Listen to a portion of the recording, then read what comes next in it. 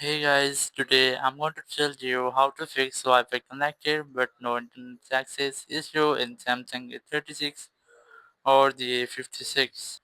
To do that, you just have to open your settings, then go for connections, and then select more connection settings, and then select private DNS. Here, if you haven't selected any private DNS, you just have to select off, then select save.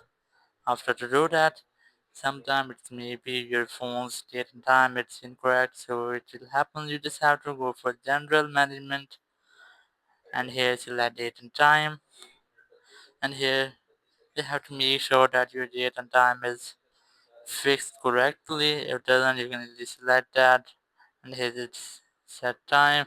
You can easily set your date and time from here, or enable automatic date and time zone to update your date and time automatically. And after that, just go back, go for main settings. From here, just go for general management again, and here just select reset, and here select reset Wi-Fi and Bluetooth settings, then select reset settings.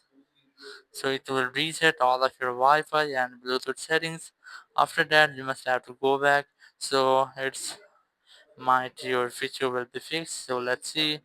Here you just have to open your control center, tab on the Wi-Fi, and here you must have to connect to your Wi-Fi and check if your fixture has been fixed or not.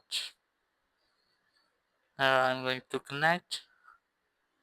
Here you can see that my fixture has been fixed, but you're still having the same issue. You must have to restart your phone. Just tap on this power icon, then tap on restart, then tap on restart again to restart your device.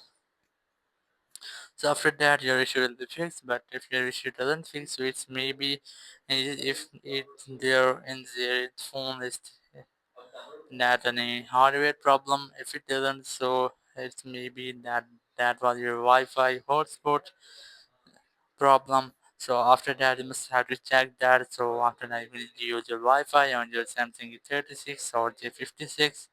Thank you very much for watching the video. Until next video, bye bye.